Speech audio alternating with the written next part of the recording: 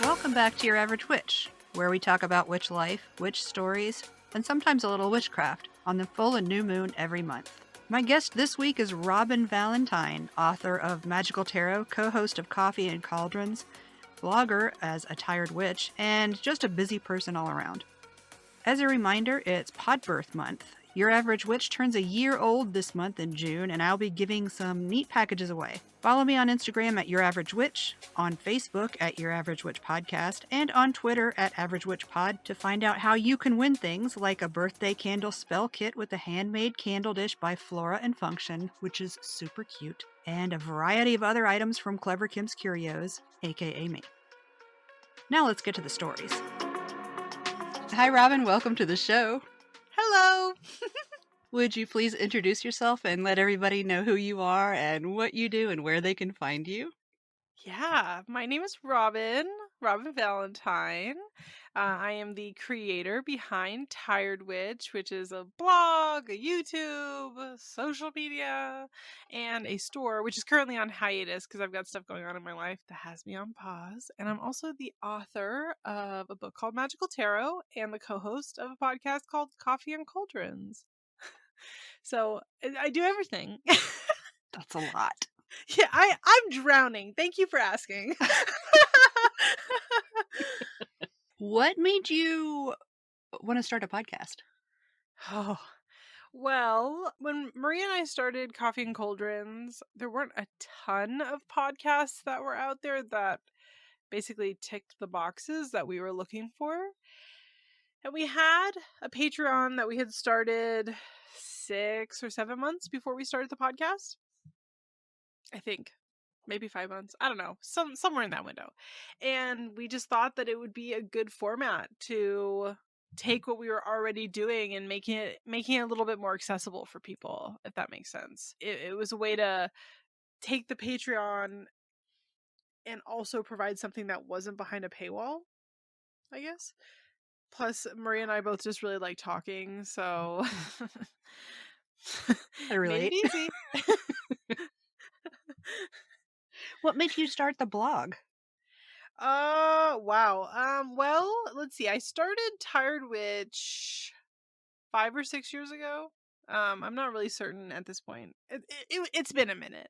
It was either 2017 or 2018. But I've been a witch on the internet since I was a teenager, and I'm in my 30s now. And I was always a consumer. And I really just enjoyed reading what other people were putting out there. And I was like, I can do that. I can share what I am doing. And I never expected to like really have any success with it. I was just I enjoyed making content. You know what I mean? Yeah, I've just always been a person online, and I felt like it was a natural transition for me, if that makes sense. And when I had started, I had just quit my job and moved to where we're living right now. And it just made sense. I was like, well, I'm not doing anything, so at this moment, like, why don't I do this for fun? And here we are. Surprise, it's a business. Yes, surprise. What does it mean to you when you call yourself a witch? Oh, that's a complicated question. I know a lot of people have like these really like amazingly empowering self descriptors for what it means to be a witch, but for me, there's a lot of like debate on whether or not witchcraft can be considered a religion, because there isn't a dogma and a book, and you know what I mean, like something that we follow specifically. But for me, it is, in my opinion, a religion. Granted, it's a personal religion, not something that we all adhere to the same set of rules, right? And so for me, being a witch very much so is being dedicated to that. It is empowering, it is devotion, it is sacrifice and dedication and just kind of everything. Do you know? Does that make sense? Yeah, I'm comparing what you're saying to what I do. It's just interesting. Because I sort of have that, but also it's way more practical for me. Yeah. Well, I mean, don't misunderstand. Like, part of it being a religion, in my opinion, also has practicality in it. I have a background in herbalism. So, there is a lot of practicality that comes in that, and then we can get into conversations of things like hedge witchery, etc. Uh, but yeah, it is. It to me, it's my whole life. It's a dedicated practice and something I care a lot about. It's becoming that for me. Yeah. Over the past, like, 5 years, it's just prior to COVID, well, not just prior, like 2 to 3 years prior to COVID is when Hmm. it just suddenly stood Blossom for up you. real tall in my life. Yeah. Yeah, for me, I've been practicing a serious, like, I've been into witchcraft since I was an early teenager, but I didn't get into any form of serious practice until I was probably like 19 or 20. And I mean, even then, that's been 14 years, 13 years, 15 maybe, I guess. I don't really know, somewhere in that window. And I don't know who Robyn is at this point without witchcraft, if that makes sense. It's just, it's a huge part of my life. It is something that, I wake up and I go directly to my altar and I start doing stuff there. So I don't know. I don't know who I would be without it. So, you know what I mean? Like, what a witch means to me is me being myself, I guess, and those kind of micro rituals and bigger rituals and just everything. Conspiracy theory about to hit you. Oh, I love that. Okay, Let's go. I'm friends with Tenny. Let's do this. good. Do you, and I don't even know if it's really a conspiracy theory, but yeah, I'm a bit older than you and have been a witch pretty much the whole time, but I Hmm. didn't really start to, yeah, like, it didn't Define really, yourself that way. well, I did, it just wasn't really a huge part of my life Hmm. until about the same time it was when you jumped into your life. And I'm Hmm. now, and I see all the articles about how people are leaving the Christian church and Hmm. witchcraft and new age spirituality is really growing. Do you think it's some weird awakening, or is it No, just that we have the internet now? I think it's that we have the internet. I guess that is when that happened for me. I'm actually like really against the idea of the witch awakening. Oh, Yeah, I'm actually super against it. And of course, if people want to self-identify that way, that's totally okay and I respect that. Um I am against it because I don't know if you've noticed. I've definitely noticed. And maybe it's just because I'm chronically online. But what I've noticed is the majority of the people that fall under this umbrella of the witch awakening are white women. And there's nothing yeah. wrong with that. Like, I'm a white woman. Like, yeah, I'm mixed race, but I'm a white woman. Anybody with eyes can see that. um, and to me, it becomes, like the term like white feminism, how it's feminism only if it's serving white women. Like all the abortion Yeah, stuff yeah, happening right now. totally, totally. I've Hey, wait a noticed minute. I've noticed a pattern that this wake the witches, witches awakening, etc. I personally have only seen it coming from white women. That does not mean, of course, that people of color are not doing it as well. I just haven't seen that personally. And that has always gotten my back up as oh, so you're doing this, so it must be something special. Do you know what I mean? And Yeah. it can't just be that we have the internet and also that we're, exploring ourselves in a different way. Like, quite frankly, 2022 is fucked. Can I swear on this Yes. podcast? Fuck yes.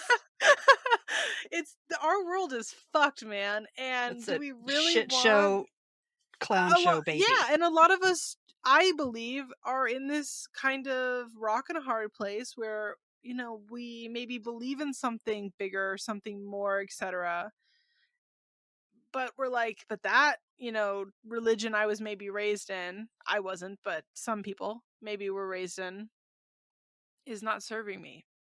And so I still believe in a power and magic because, quite frankly, I don't care who you are, Christianity is occult as fuck.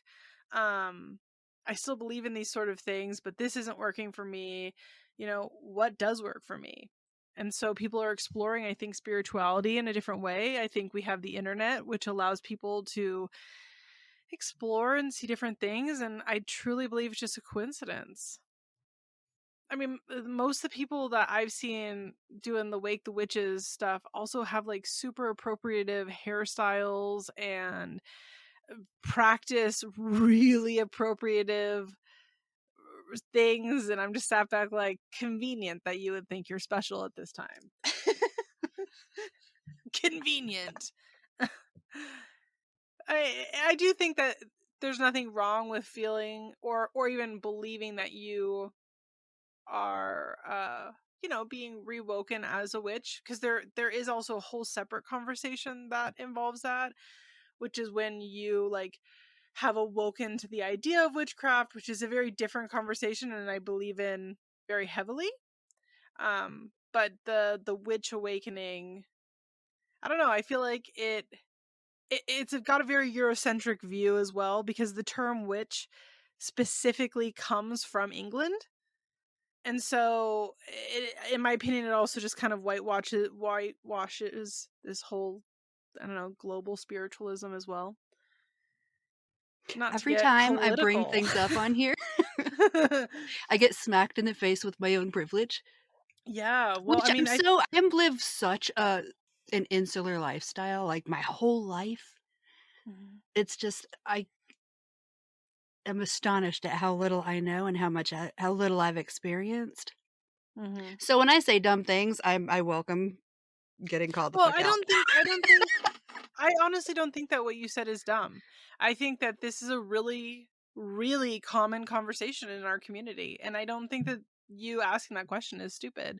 I think that you asking it is a reflection of, the climate that we're living in right now. Because I've seen it said a lot, especially since COVID. Um, so I don't think that's dumb. It's just, this is my perspective on it. Okay, yay. I like not feeling stupid. Yeah, I mean, realistically, at the end of the day, we all have different lives that we've lived and therefore bring different perspectives to the table, and that's what makes the world a beautiful place. That makes me happy. Let's swerve back to the other stuff. Yeah. Do you have any daily rituals you'll share with us? Yeah. Yeah, I have a lot of daily rituals. I wake up, like I just said, I wake up every morning and I go immediately to my altar. I make myself and I make my spirits coffee every single day. I refresh their water on my altar. I light incense, and I typically light a devotional candle. And I sit there and have just like mindful meditation for 5 minutes, which, some days are easier than others, depending if my child is awake and screaming at me.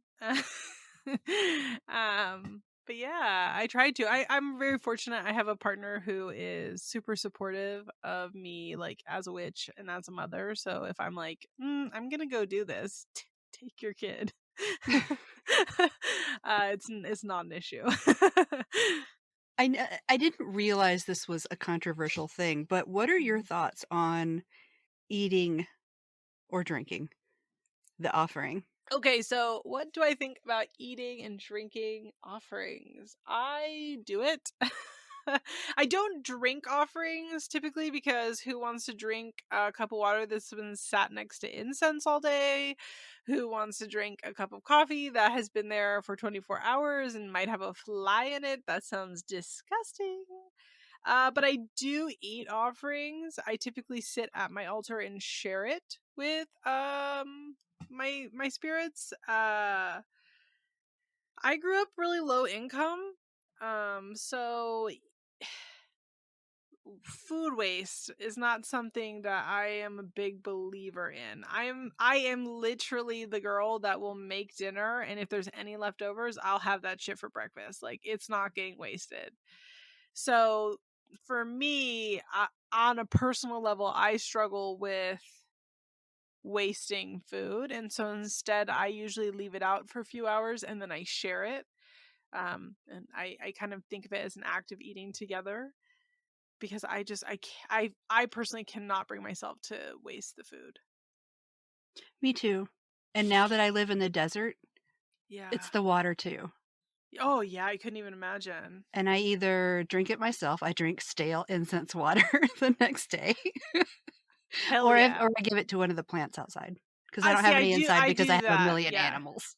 Yeah. I put the coffee and the water into plants. So it still goes to something. I don't just toss it down the drain.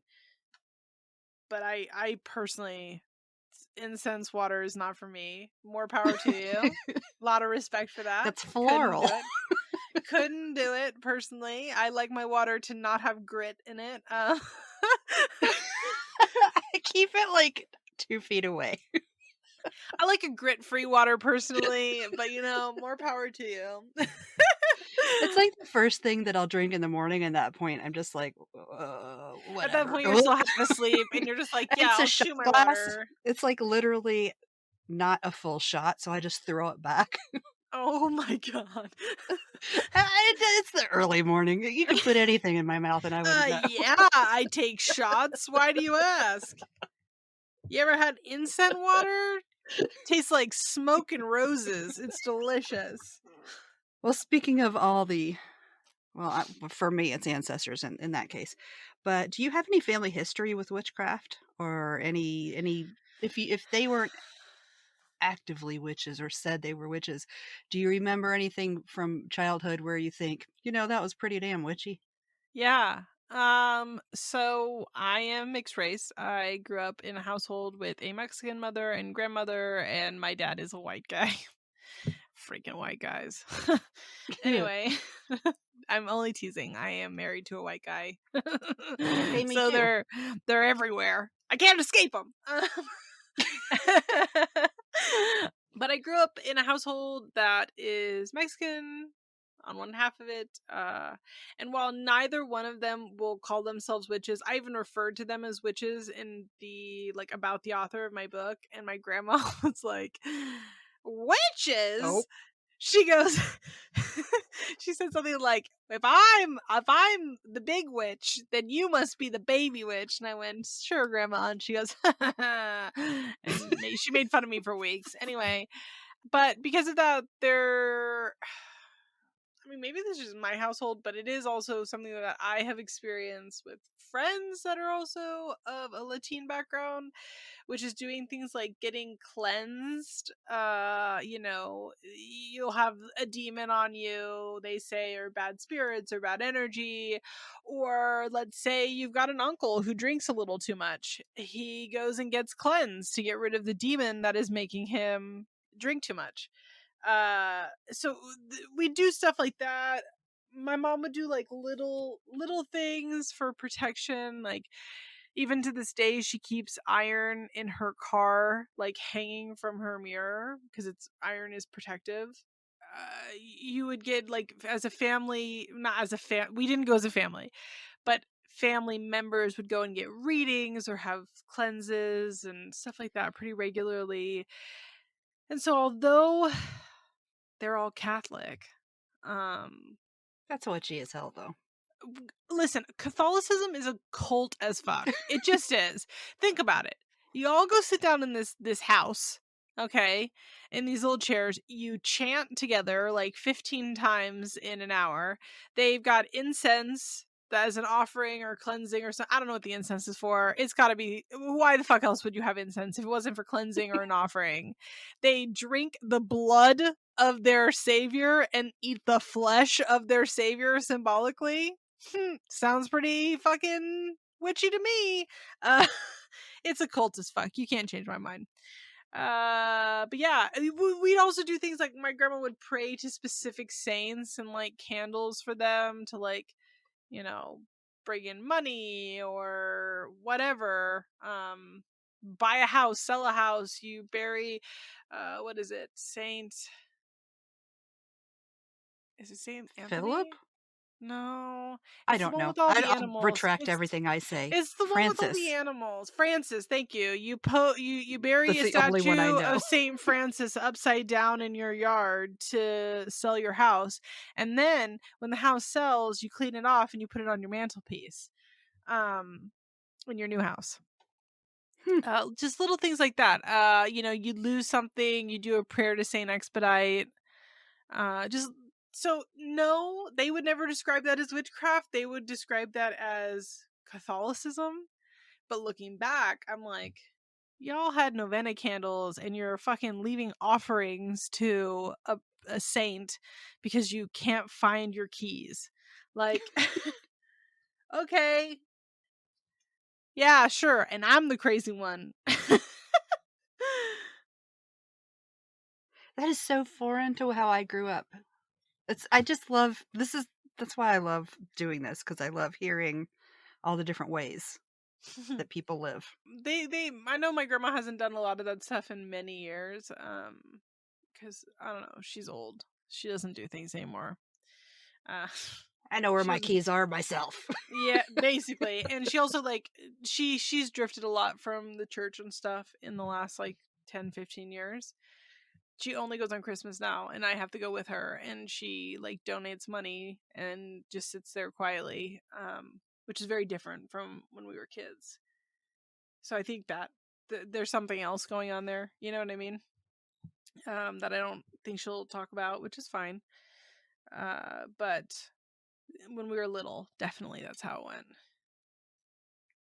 It always makes me sad when I hear about people's faith changing. Yeah, I mean, I'm definitely not. I don't know how to feel about it. Like, I was baptized when I was little. We went to church every Sunday, and then one of the priests diddled a kid. Um, that's not good. And Ta-da. so, yeah, we stopped going because of that. My dad just like was sick with the whole thing, and we just stopped going. He was like, "I'm not gonna put my kids at risk." Like it was like a weird like major shift for my parents on like questioning faith versus religion, if that makes sense. I just feel sad for people who go through major changes, because changes make me physically ill. So I'm like, oh, those poor people. Something different happened and it makes them sick. Yeah, yeah, No matter what it is. yeah. I mean, I don't know what it is with Stell. I don't know. What would you say Maybe is I your should ask her. biggest motivator in witchcraft or your Oh, practice? my family. Um, Not even my extended family, but my immediate family, my husband, my child, my cat. Yeah, my family. I honestly, it's so funny. When I was a kid, you know, your parents do these things for you to keep you safe, right? Maybe it's not magical, but any old little thing, you know, they get you the best car seat. They make sure that you know, have a safe ride home from school or whatever. And it wasn't until I don't know, it wasn't until I had people that I wanted to keep safe, that I really had a strong motivator that could keep me going, if that makes sense. Hmm. In terms of magic, most of my magic is things like protection magic for my family. You know, daily ritual stuff. Not obviously like individual spell work, like I don't know, finances or moving or freaking I don't know, uncrossing, whatever. But I would say my go-to magic, my biggest, I don't know, influence in my daily practice is protection magic, and I will do anything to keep them safe. I love them a lot. What would you say is your biggest struggle when it comes to witchcraft? Other witches. Hmm. uh and I mean that. Other I witches. mean, I didn't think about it until you said it, but then I immediately thought yes. Yeah, other witches. Listen, these people got way too much time on their hands.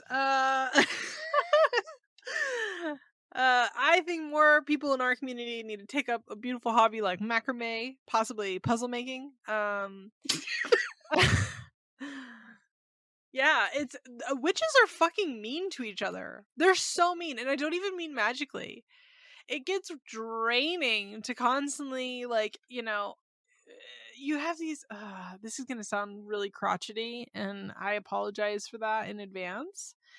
But you have these people in general who tend to be new witches, and there's nothing wrong with being a new witch. I've met new witches that are so powerful and so smart, and just like they've only been doing it for a year and a half, and yet they've really got their shit together. And I love that. I love to see it. You have people that are just, better at, being brave for trial and error, let's say, because that's really what it comes down to when you're a new witch. It's having the balls to try something. You know what I mean? And then you have these other new witches that have been doing it for like 4 minutes, and they're the first ones to be like, well, actually, this is how it's done. And I'm like, babe, I have been doing this longer than you have been alive. Like, if that's what it works for you, that's great. But you and I probably have very different traditions, very different paths. Like, you need to relax. You need to calm down. And then, 6 months later, they've moved on to something else, which is also fine. But I don't know. It's always these loud people that need to stay in their fucking lanes, or like the type of people that like they don't like your attitude, so they're gonna go and hex you. And I'm pro Oh hexing, gosh. but who's got the time of day? I don't listen. I'm raising a whole child. I do not have the time or energy to dedicate to a hex. Like, not right now. Fuck with me in a couple years. Till they're at least in school. Literally, wait till they're in like daycare or something, and then have a problem. I'm one of these people. I'm like, you need to go out into this world and make a single fucking friend, like one friend that you can like go bowling with or something, because you got way too much time on your hands. Well, Yeah, that that's covers my what you biggest dislike struggle. about the community. What do you like about it? Oh god, you know what else, if we're gonna talk about what I dislike about the community, I also don't like how mean everyone is to me when I respond to anyone.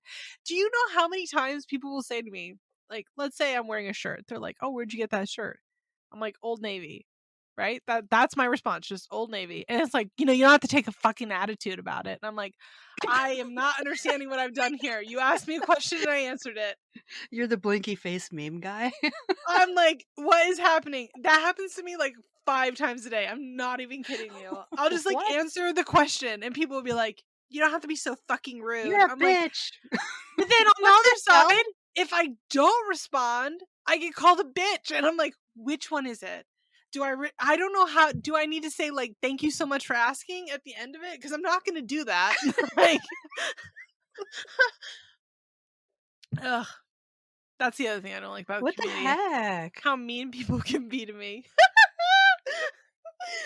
Oh, goodness. I will say that I have not seen very many people have to post like things that I see in your stories. Oh my god, it's literally constant. It's literally, I had somebody, so Instagram specifically, I only have this problem on Instagram, and I think it's just because of how Instagram functions, because I don't have this sort of interactions on any other platform. Instagram will do this thing where if you, let's say, respond to a story of mine or you send me a message and the account is not that old, and I don't know like what they equate as an old account, or if you don't, I don't know, you don't have many posts up, freaking whatever, right? They will put it in a hidden folder. Oh yeah. And then I have to go through my hidden messages and I'll have like hundreds of them. Yeah. And granted, most of them will be scam accounts. I'd say 50% will be ones that'll be like, Grand Rising. I got a great feeling from your name. Would you like a reading? And I'm like, no, you didn't. No, And it's no, your thank and you. it's And it's from it's from Tired Witch Yes. with like 3 H's, 03 at the end. Like, yeah. So fucking assholes.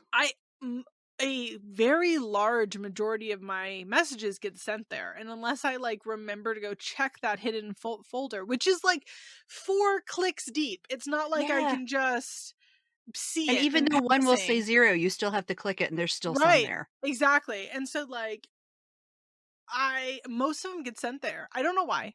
And it's like 5 things deep, so I have to like purposely think about it. And I literally had a message where some lady was like responding to something I said, and I of course didn't see it because it was in hidden messages. Um, so then she responds to something else I said, and then says to me, "Oh, you're running this account like a business, not like for friends, ma'am. I have 80,000 followers. What made you think I was running this for friends? Like, do you think I have 80,000 friends?" Like, so she First of all says that. situation. And then she goes, "It's fine. You sound like a fucking bitch anyway." That's what she said. And then unfollowed me. And I like, Bye, bitch. hello? This whole conversation happened in like a less than 24-hour like time frame. I didn't respond to a total stranger in less than 24 hours, and so that makes me a bitch. What? The internet made people real weird about Yeah, well, communication. literally, it's just happens on Instagram like this. Like, I post just hot garbage on Twitter all day, and I do not get the amount of insane hate that I get on Instagram, and I do not understand why. And I think I really do blame the hidden folder thing, because it's almost all happens in there. Did you ever So, find the Crocs you wanted? hell yeah, I did. I'm wearing them right now. Yay! I'm wearing them right now. I literally am. They're the 2022 seasonal flower Crocs. They tell everyone that I get lots of bitches, so sliding into your local Walmart, letting the people know that I've bought these off of Mercari because that's the only place I could find them. I still can't find mine. Try Mercari. Jesus. Yeah. I'll have to, because they just vanished again after like they reappear every like 10 years. Anyway. Oh yeah, I was supposed to answer what I like about the community, wasn't Oh I? yeah. And then I just talked about people calling me a bitch on the internet. Whoops. Well, I had completely forgotten, so I'm glad you're with it. I like lots of things about our community. I actually love our community a lot. Listen, there's a lot of little micro issues, and I think that those issues are not unique to witchcraft. I think that is anybody in any kind of niche sub community experiences the exact same problems that our community has, right? I just people are know-it-alls sometimes, and I think that that is not unique to witchcraft. But what I love about our community is for example, on my Discord, the one that's on my Patreon, I've watched these 40 something individuals like support each other and grow together and brainstorm and ask each other questions that maybe in other environments in our community, because of the know-it-all shit, right? That they would be afraid to ask or whatever, and they get to the questions answered, and they get to help each other grow. And this isn't unique, to my Patreon Discord or whatever, but it is unique to like little pockets of our community where I know that these other little pockets exist, you know what I mean? And I like that. I like that you have all these fringe people that are able to come together and support each other and help each other grow and say stuff that maybe you couldn't at the Thanksgiving table without getting a few looks at minimum, um and get to just say these things and share these experiences, and I just think it's really cool. I absolutely agree. I And think I'm it's glad you said it, cool. because now I have words for it. But yeah, the little, yeah, it's so great. I love my little patrons too. My little group. Yeah, I I love them. love my listen, I would die for my patrons, straight up. Like, I don't even say that sarcastically. They're such amazing people. I love them so much. Our Discord Patreon members, I feel like a proud mother watching so many of them like grow and expand and be brave, you know what I mean? And ask questions that they like will apologize, like, "Oh, sorry, that's probably stupid." And you have like three other people like backing them up, being like, "That's not stupid. I would have asked that Mm-hmm. question too." And I love it. I love it. I Me think it's too. amazing. Ours is a Marco Polo group, but yes. That's Same, same, cute. same. I love it so much. They're my little family. Yeah. Yeah, I don't know. I'm really, really proud of all of them. I'm proud of our Discord space. I'm proud of everybody in Patreon, of course, because they're wanting to take those steps to learn more and expand their horizons, etc. But in the Discord, of course, we talk to these people. Yeah. And so I get to know them and see them grow and watch them expand, and it's something that I really love. And I know that it's not something that is unique to our Patreon. There are so many other like groups and settings out there that are more intimate, and I don't know. I really like that. I like the fact that people can come together and talk about like crazy shit, cuz realistically, if you were not a member, like we all have cards, if you weren't a person that is in our community, and you were like, oh my god, I'm pretty sure that there was this ghost that's been like haunting my house, let's say, or I got a sign from this, deity that, I should be doing this, or I had a vision or whatever. If you were in any other setting, people would be like, all right, sure you did. Have you taken Sure, your meds? Ha Jan. ha. Sure, Jan. Yes. Um, and I don't know. I think it's cool. I think it's cool that people can do that and just build these little families. What brings you the most joy in your practice? Probably just knowing that I get whatever I want whenever I want, and nobody can stop me. What the hell? I'm unstoppable. I want that. Yeah, I get whatever I want. Listen, I manifested my entire husband. He's exactly the person that I wanted out of a partner, and down to physical appearance even. If I'm in a financial crutch, I usually can do spell work to get me out of it, so that way I'm not in a deficit. Um, I'm safe. I There have been multiple times where I've almost gotten into car accidents or whatever, and I've somehow, by like the skin of my teeth, gotten out of it, where no accident, safe. I thank all that to witchcraft. I'm unstoppable, is what I'm saying. I'm literally a force to be reckoned with. Please do not text me, guys. I have a baby.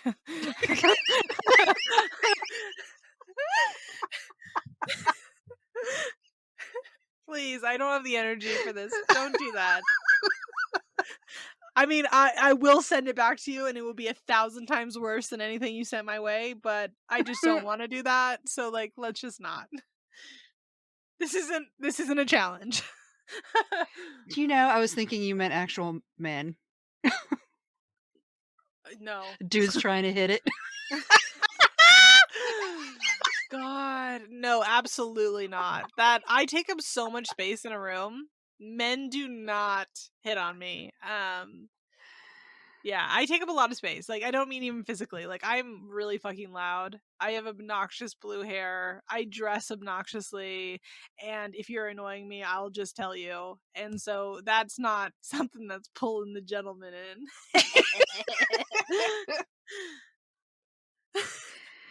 What would you say is the most surprising thing about being a witch? I don't know. Or about your podcast Oh, my slash podcast. business thing? My business. I think probably the most surprising thing about being a witch on the internet. Well, let's put it that way. About being a person online who does witchcraft is the fact that I have found, how people are constantly, and I mean, I'm people, but we talk about, you get the hate messages from the people that are like, you're gonna burn in hell, die. I have found the most surprising thing about being a witch on the internet is actually how many friends that I've made since like coming out as a witch online, um, that do not share my beliefs at all, but have enough respect for them that we're able to have a common ground and discuss things. Do you know what I mean? Yeah. I have Hmm. like I have a friend who's a priest, I have friends that are nuns. I have friends that are like super Christians, all that, and I don't know. That's been my most surprising thing. Do you feel like you met them because of this? I know I met them because of this. That's so neat. Yeah. Yeah, isn't that wild? Huh. Yeah, isn't that crazy? Yes. That's neat. Interesting. I think when you kind of have this attitude that I try to take, I'm of course not perfect at it at all times, but I do try to take an attitude of, put out into the world what you want to have back. And so I give people tolerance and patience and an ear about their beliefs, even if I don't believe in them. And I've found that when you approach people with kindness on their spiritual beliefs, they tend to reciprocate. I think our community in general has a genuine problem with projecting their own religious traumas onto all religious people. And I don't think that's fair. I am guilty of that, but I also try to stay conscious of it and then shut my Well, face. yeah, I think everybody has, not everybody, that's not fair to say. A lot of people have religious trauma that are in our community. I think that's a very common theme. And there's so much validity in it. So much validity in it. But we also have to remember sometimes that these strange individuals that we don't know aren't the people who caused our religious trauma. You know what I mean? Yes. Yes. I don't know. It's something that it's taken me a really long time to get here. I definitely am not perfect about it. And I definitely didn't start this way. So like, don't think that I'm sat on a high horse being like, no, I've always been this way. No, I was the little asshole when I was like 21, 22. That was like, fuck Christians. I still think there is some validity to that. But I also think that, I don't know, like, I personally have found that I've been met with so much understanding and patience when I meet people with that way. When I lead by example, if you will. Do you feel that social media affects your practice? And if so, how? No. No, I don't think that social media affects my practice. Most of the stuff that I share on social media is examples or demonstrative to give people inspiration or a stepping stone for their own practice. It is not my actual practice. Not that it isn't a actual reflection of my practice, but my practice is not on the internet at all. I've never once shared actual spell work or similar on social media because that's private. That's for me. Now, there have been times where I have shared spell work that is from several months back, right? Yeah. Old spell work, etc. Stuff that's done. Way done. Closed chapter. The book's closed, it's done. But I do not I don't try to like make up practice or spell work for myself under some social media pressure, because I think that's really inauthentic, and I think that is unfortunately a trap that a lot of people have fallen into, which I totally empathize with. Is social media is a freaking rat race, man. But it's not something that I personally try to keep up with, if that makes sense. I will have like inspiration, if you will, for making content to help people. And I'll just film a whole bunch of it when I have those kind of inspiration strikes. But yeah, my practice is not affected at all by social media because I don't put it online. I do put it online. That's not fair to say. I do not do it to put it online. Does that make sense? Yeah. It's Like not performative. sometimes it incidentally will go on to the internet, but I don't make it to go onto the internet. Yeah. Do you feel like you owe anything to your followers or listeners?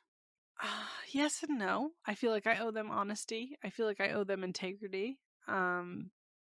I feel like I owe them a safe space to be themselves. I don't feel like I owe anyone a specific kind of content outside of not veering from the topic at which I am, creating. If I were to suddenly be like, and now I only make macrame on social media, I feel like I'd be doing them a really big disservice, because they don't follow me to learn about macrame. They follow me because they want to see a witch living her life and maybe learn about tarot and spells. So, incidentally, that might mean sometimes I post about macrame.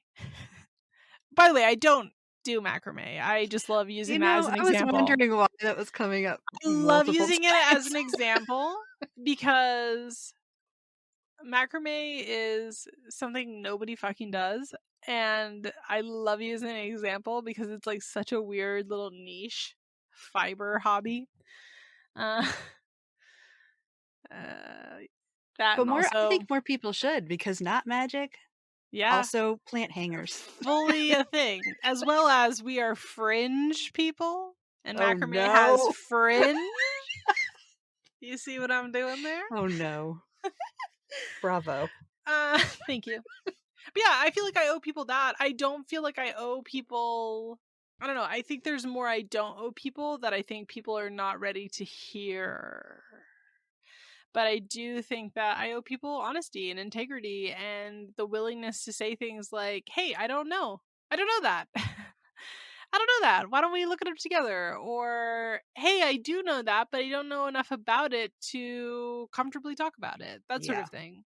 Which I think is, again, one of those traps that people fall into with social media, is they feel like they need to be this expert in everything. And that's not real life. You gotta always have the answer. But that's just it. Sometimes the answer is, I don't know. And I think if more people got comfortable with saying that they don't know things, as opposed to just opening their mouth and coming up with horse shit, I think our community would thrive. It's so freeing to be able to say, I don't know. Mm-hmm. I wish more people would realize it. Listen, I've got a huge following, and I say it all the time. I don't know.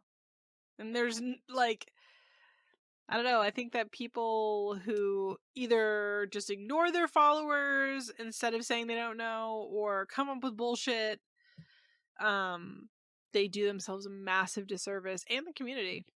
The reason I came up with this question, and I like hearing how different people interpret it, is because I followed someone on YouTube, and one of their other followers implied that they needed to change the way that they looked because it was owed. Suck my dick. So that's Listen. And I like hearing the different interpretations of how people, and I don't give any parameters for the question. I like hearing how people hear it. Do I owe to look a certain way? Literally suck my whole asshole. Absolutely not. No. No. No. That follower would get blocked so quick, it's not even funny. My Yeah, friend we got Olivia, into a little battle. my friend Olivia, Witch of Wonderlust. Yeah. Olivia once said something in response to a follower that said something in a very similar vein. They had said something like, I miss your witchcraft content, or something like that, which Olivia still posts witchcraft content literally constantly. But what the follower meant was, I don't like that you post other things that aren't just witchcraft content.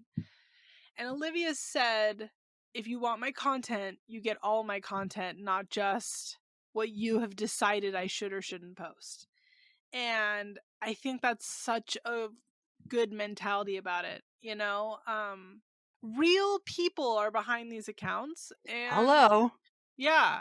And I think social media has created this conversation that I think a lot of people don't have the self-reflection to realize they're doing, which is that you have somebody like me who has 80,000 followers. So that's a big number. I fully respect that, right? But as soon as it's more than like 10,000, 20,000 followers, suddenly we get put into this mental bracket that is the same as a Kylie Jenner. And I am, first of all, not a fucking Kylie Jenner. Your girl lives in a bus. uh, but the problem is you see the Kylie Jenner, you see the Tired Witch, let's say, and you put them in the same mental creator pocket. And the biggest difference between me and Kylie Jenner is I am one person. And I don't have a makeup team. I don't have a hair team. I don't have a social media manager. I don't have an assistant. I don't have, all these kind of people assisting me to make it happen. And I Running think your that, Instagram account. yeah, and I think a lot of people forget that, like, Tired Witch is literally Robyn Valentine, and that's it. So when you are telling me, let's say, that I'm too fat to be posting a picture of myself Get on roller fucked. skates, I'm not even joking. That literally got 12 comments about saying that. But it I doesn't will matter. punch a bitch in the face. It doesn't matter. Doesn't matter. When the thing that people seem to kind of forget is that you aren't telling that to my assistant or some AI program. You're telling that literally to me, a person. And I think people forget that, and they do a lot of "you owe this to me," right? The Exactly. consumer, which frankly is fine. Like, it is fine that they feel that they are owed a certain type of content. Think of it like when you buy a book. You have an impression of what the book's going to have in it. You don't get that, and you feel like, what the heck? Like, I was misled. Fine. People are allowed to have feedback that isn't all positive all the time. But then what they don't realize is that they go and they say, hey, you owe me this and you're not providing it. But then the consumer end of it is treating that person that they want certain stuff from like some sort of verbal punching bag. And I don't know, it's it's a difficult little dance. Because on one hand, I'm like, hey, you're giving feedback. But on the other hand, maybe you don't need to do that feedback in such a mean way. Yeah, try not being a dick. Consider not being an asshole. Try it out. It's real fun. Give it a shot, if you will. I want that to be one of the sound bites. Try not being a piece of shit.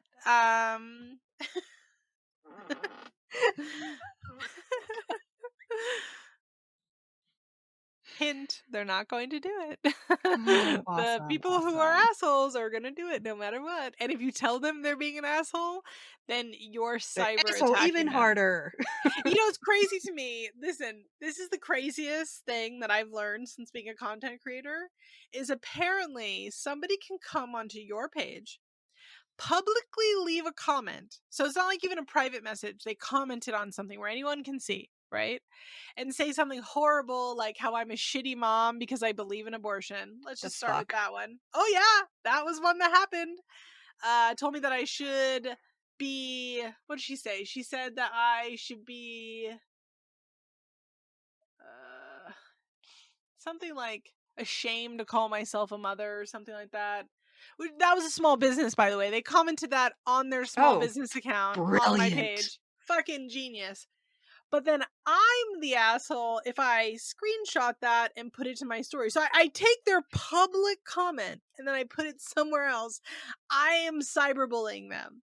Ma'am, you commented this on the Bitch. public page. Like, this was not a private message. I'm not sharing your private message. I'm sharing a public comment That you didn't and ask for. that I not only did I not ask for, but you have not deleted. And I've just Hello? put it Oh, she somewhere still didn't else. delete it? No, she never deleted. She blocked me. Oh, She well. blocked me because I said that I was really proud to be a mom, actually, and that I wouldn't be the mom that I am if it wasn't for the abortions that I had before this. And she told me I was like stupid or something, and then blocked me. I'm like, you showed Yeah, well, me. You showed me. Yeah, that was on a small business. Commented that they had like 8 or 9,000 followers too. So cool. People I are have to think so that she was cool. probably pretty public about her views, so they probably already They probably applauded her. No, I went and looked. She had not posted about it anywhere. Oh, She was just being a brilliant. dirty little commenter. Just a What little if she dirty comment, thought she was on man. her sock account? God, how embarrassing. Isn't that so embarrassing? Like, imagine being like, I'm a business, buy from me. By the way, I don't like women. So funny. By the way, I hate women. Thought you guys should know.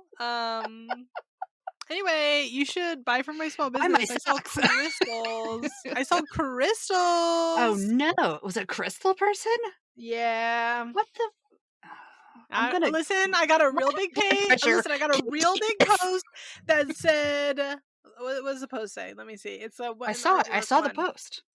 Yeah, the artwork one about the abortions. You can only ban safe abortions. Go ahead and scroll down. The comment's God. still there. She never deleted it. Brilliant. Yeah. She's cool. That's really cool. I also hate women. Please delete that. Oh, Lord. Do you ever feel like you have imposter syndrome? Yeah, constantly. Really? Literally, yeah. I really thought you were gonna say no. Yes and no. When it comes to my job, so like I am a professional tarot reader. That is my day job. That's I work like for services. I'm a psychic to the stars. I actually am. I've read for Megan Fox. Neat. Anyway, yeah, very neat. That's very cool for me. I love telling people that I'm a professional pet psychic and psychic to the stars, and they're like, "What?" I'm like, "I've done both one time." So anyway. So what? It counts now. Yeah, when it comes to my job, I'm very confident in what I do. So I don't have any imposter syndrome when it comes to that. When it comes to things like content creating, I do doubt myself a lot, especially when we have things like, for example, when we talked about appropriation of white women earlier, um, there are things that I have been sometimes ignorant to that I did not realize was appropriative. And then I later learned, and I of course had to correct myself and make addendums, etc., because I now have this new information that I didn't know before. And so sometimes I have this imposter syndrome where I'm like, where did I learn this from? Did I learn this? Where does this come from? Am I maybe like giving people bad information and not realizing it? And it doesn't happen often, but it does happen enough that I think it's worth noting that I, psychic to the stars, Robyn Valentine, sometimes even I like get imposter syndrome. It totally happens. Not all the time, but I think it would be a lie if I said never. Who or what would you say are the 3 biggest influences on your practice? I think, well, first of all, I think Maria, my co-host, is a huge influence on my practice, as well as Temperance Alden. They're 2 of my closest friends that are also happen to be witches, and I think that there's a lot of kind of feedback that we give each other and bounce ideas off of. I wouldn't say, that we're a coven or anything like that, but I do think that we are friends who can talk, and I'll send them texts that'll be like, "Does this sound crazy? I'm gonna do this thing. What do you think about that?" So I think that they're a really big influence on my practice, although our traditions and personal practices are so different. Like, Maria and I could not have less similar practices. And Temp's like an Irish folk witch, but she's also an animist, and I'm not an animist. I mean, I know about it, but it's definitely not something that I would say I'm versed in. So we're all very, very different, and yeah, I think that their viewpoints on things, their feedback, it makes me a better witch, if that makes sense. Yeah. And then I think that the other biggest influence on my practice is, quite frankly, my husband, who is not a magical person at all. He's Catholic. And but he's Catholic, but he comes from kind of a different background that isn't your traditional Catholic background. And he's got his own little superstitions and stuff like that, and we talk about things like the afterlife and spirituality and witchcraft, and he brings a perspective to things that I don't even think he realizes has such an impact on me. And I don't know, I think it helps shape me, not just as witch, but like just to be a better person, you know? Well, that's good. Yeah. He's a good egg. We love him. Hmm. I'm gonna keep him. Who do you think it would be fun to hear from answering questions like this? Like, could you recommend someone for me I to think approach? either Maria or Temp would be an amazing people to have on here. They're both so smart. I love them very much, and I think that they, like I said, they have very different approaches and practices than me, but they're so concrete in what they do. I love them a lot. Hmm. That makes me so I love that. And now are the two surprise questions Oh, I'm that I terrified. don't tell anybody what they are. First, please and they're not even questions. Please recommend something to listeners. Anything at all. Recommend anything at all. Yep. Ooh. Anything at all. I can recommend Somebody anything in said the. somebody said zebra cakes once. Oh, hell yeah. That's such a good recommendation. First of all, who was that? I want to be their friend. It was Charlie from the Witch Bitch Amateur Hour. Oh, God, I love her. Okay, so if I could recommend anything, listen, I mean this very serious. So whoever's listening to this needs to sit down. They need to embrace what I'm about to say. You need to take your B12 vitamins and you need to take your D3 vitamins.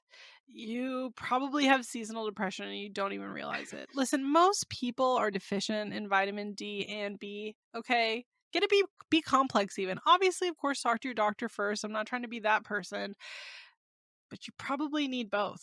At minimum, get a multivitamin. For real. It's gonna change your life. I was literally just telling my husband literally last week that I need some B vitamins Yeah. of I some take sort of B complex complex. and a D3 every single day, as well as a prenatal vitamin. But that's because I'm breastfeeding the prenatal. But now everyone's thinking about my mommy milkers. You're welcome. Um, uh, but for real, get B12, get D3. Listen, everybody sits there and they say shit to vegans, and they're like, "What about your B12?" Actually, almost every American is deficient to some degree on B12. It'll make your brain work better. Take it. Dang it. And on top of that, both those vitamins, if you don't need as much as you take, obviously don't fucking take 12 pills at once. Take the prescribed amount on the bottle, but your body Don't will try to just pee catch it. up. Yeah, your body will just pee out what it doesn't need. So you might have some neon green piss. Listen, we all have it. It's fine. I got neon pee. So what? It's not illegal. Take your vitamins, guys. It's super That's the sound important. bite. It That's the makes sound bite. your brain work better. The last thing. Please tell me a story that you love to tell. It's generally one that when you get around people with Oh. whom you're very familiar and you just start Does talking it have and to this be about story comes witchcraft? up. Nope, Does it have to anything at all. It's just whatever story you love telling. I love telling this story, and if you listen to my podcast, you maybe have already heard it because I'm pretty sure I brought it up on there once. I have to have because so many people have roasted me about this story that I have to have. Either that or I did it on Twitch. I don't know. I told this story before, but I'm gonna tell it again. Okay, everybody's familiar with Baby Bell cheeses, right? We're all familiar Yum. with them, little red Baby Bell cheeses. Well, like most children in the 90s, I was so afraid of not getting enough milk in my body. Listen, if you grew up in the 90s, you know what I'm talking about. It does your body good. Yeah, it was the milk mustache commercials. They were Ugh. constantly telling you that you were calcium deficient, you needed You're milk. going to fall down and your hip's You're just going to literally explode. listen, if you do not drink a whole milk glass every single day, your hips will explode into dust by the time you're 30. That was the propaganda we were fed in the 90s. Now, granted, it wasn't those exact words, but if you were alive in the 90s at a cognitive level, you know what I'm talking about. Every bitch was like, every celebrity was on a Got Milk ad. Oh my gosh. And they'd be like, happy cows come from California. Anyway, maybe that's just a California ad. I don't know. I vaguely remember it. And I'm from the East Coast, so there I you go. remember that. Everyone was just so afraid of not getting enough calcium in their body because the big milk was working their propaganda. It worked. We bought so much milk. Anyway, one of the milk products that my mom kept in the fridge at all times was those Baby Bell cheeses. And she'd put like 5 of them in our lunches every day. Oh my god. Okay. Yeah, listen, we were very afraid of milk not getting enough, as well as I'm now incredibly lactose intolerant. Hey. Yeah. Anyway, so when I was like 5 or 6, so I grew up in Sonoma County, which is just north of San Francisco. Like when I was little, I was in the Sonoma County area, and there's a lot of cheese, like dairy places where they make cheese. And my parents were really big on taking us places where things were made. And one of them was a dairy where cheese was made, and I learned about like cheese being put in like rinds, like brie. And you can eat the rind of the cheese, right? Of brie. So Okay. my dumbass legitimately thought that the wax on the outside of Baby Bells you were supposed to eat. And this went on until I was like 14. I was eating cheese wax until I was like 14. And I had a sleepover with my friend. Shout out to Christina. Hope you're doing well, babe. Had a sleepover and I was eating my cheese wax. And she was like, girlfriend, what are you doing? And I was like, eating a delicious Baby Bell. Why do you ask? She's like, no, I can see that. Why are you eating the wax? And I was like, it's the cheese rind. And she was like, you're dumb as fuck. She's like, that is wax. She's like, there's a piece of paper. Did you eat the paper too? Girl, I ate the whole thing. I ate the whole damn thing. I ate the whole fucking thing. To the point that, like, I've told this story before, and people roast me for it so badly. Oh my god. I'm not even kidding you. So, Baby Bell recently came out with a vegan Baby Bell. Oh. And I'm vegan, so it's dairy free. Comes in a little green wax flavor, and I posted something on Twitter like, my therapist will be hearing about this or something. Oh, no. With like. And my fucking friend commented on it and goes, so you're telling me that she goes, you're telling me you want to know what green tastes like now. I was like, I will kill myself. So yeah, that is actually my 13th reason, is the fact that I was one of George Bush's children left behind, and I did eat the Baby Bell wax for a solid decade and a half. So, listen, guys, influencers are just like you. There's yeah. So I am gonna eat the green wax. I do want to know what it tastes like, what the flavor is. I'm not above trying a little bit of wax. I've done it before for years. So, I wonder what green tastes like. I ate the paper as well, the whole shebang. I was literally about to drive a car. That's how old I was when I found out that you do not eat the wax. First of all, I have a lot of questions. Where was my mom? Why did my mom just let me eat wax? She was just like, she's dumb as shit. Let her do it. But I also have this vision of you like secretly nibbling little round cheese in a corner where nobody could see you. And that's why Listen, nobody said anything. here's the deal. I think this is something a lot of people can relate to. I'm about to be really #relatable on Maine. I was raised by boomers. They did not pay attention to me at all. My ass was probably sat right next to them eating cheese, and my mom was just like, "Don't look at her." What are you doing? Getting your calcium? Great. My mom was just like, "I don't know what she's doing. That's fucking crazy." But my stories are on the TV. Yeah. So. Oh my God. Oh, Yeah. Jesus H. I love talking about the Baby Bell story because Holy shit. when I tell you it was probably would have been an early indicator that I was going to be a George Bush child left behind. Which I was. Shout out to 2005. Love to see it. Yeah, I fully failed that test. I did not know the difference between a noun and a verb. I was a George Bush child left behind. I love saying that at all chances I can get because I am an author. I'm a published author now, and I did not know what a noun or a verb was. I was like, couldn't tell you. I've never seen that man in my life. I don't know who verb is. I'm like, I don't know who verb is, but he sounds like a dick. All right. Get my shit together. So what I am saying is if I suddenly get an uptick of Baby Bell memes being thrown my way, just know that I will assault you. I'm just kidding, I won't. I told you this with the confidence that I know I'm gonna get memes thrown at me, and that's fine. I ate wax. Who can blame you? You know? I will say the wax was very soft and had no flavor to it, so maybe you guys should try it. Why don't we do like a little test? Everyone go try some Baby Bell cheese.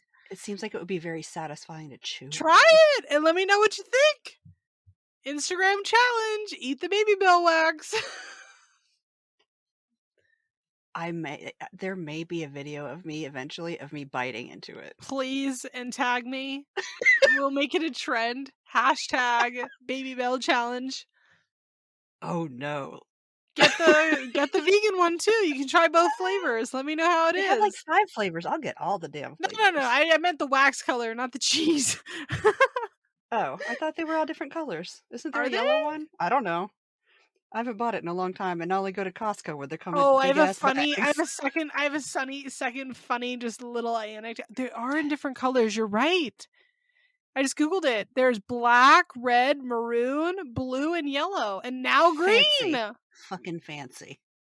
Well, I have only tried the red flavor, so I'm gonna have to try all the flavors now. A buffet. My husband is gonna be like, "What in the fuck is wrong with you?"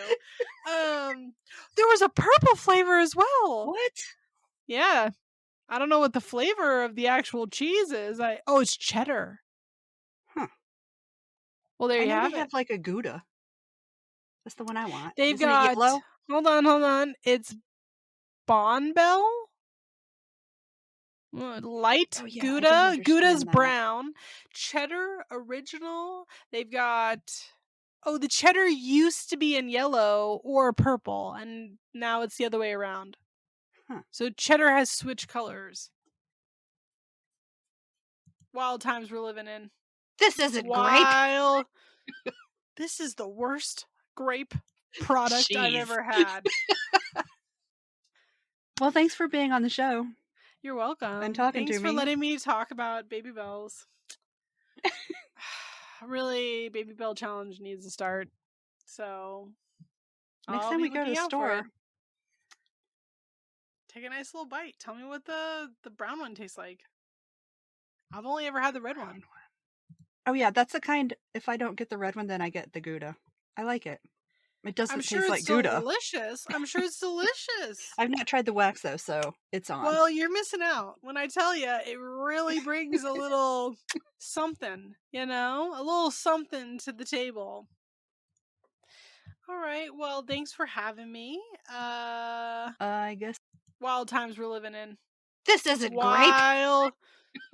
This is the worst grape product I've ever had. Well, thanks for being on the show. You're welcome. And talking to me. Thanks for letting me talk about Baby Bells. really, Baby Bell Challenge needs to start. So Next I'll time be we go to looking the out for it. store.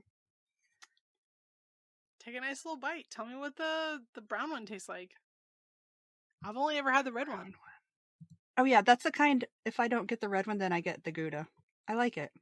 It I'm doesn't sure taste it's like Gouda. delicious. I'm sure it's delicious. I've not tried the wax though, so it's on. Well, you're missing out. When I tell you, it really brings a little something, a little something to the table. All right. Well, thanks for having me. I guess it's time to go eat some cheese. Yeah, go tell me about your Baby Bell experience. I want to know about it. Yeah. Okay, bye. Bye. It's time for another love letter. This one says, "Love this podcast. It's so informative yet super down to earth. I love learning about how each new person interviewed views and practices their craft." Thank you so much. I don't know what down to earth necessarily is, but I'm glad that I am it. Hey, thanks for listening to this episode of Your Average Witch. You can find us all around the internet on Instagram at Your Average Witch Podcast, Twitter at Average Witch Pod, Facebook at facebook.com/Your Average Witch Podcast, at YourAverageWitch.com, and at your favorite podcast service. Want to help the podcast grow? Leave a review. You can review us on Amazon and Apple Podcasts, and now you can rate us on Spotify. You just might hear your review read at the end of the next episode. To rate Your Average Witch on Spotify, click the home key, click on Your Average Witch Podcast, and then leave a rating. You can also support the show by going to patreon.com/CleverKimsCurios. If you'd like to recommend someone for the podcast, like to be on it yourself, or if you'd like to advertise on the podcast, send an email to YourAverageWitchPodcast@gmail.com. Thanks for listening, and I'll see you in the moon changes.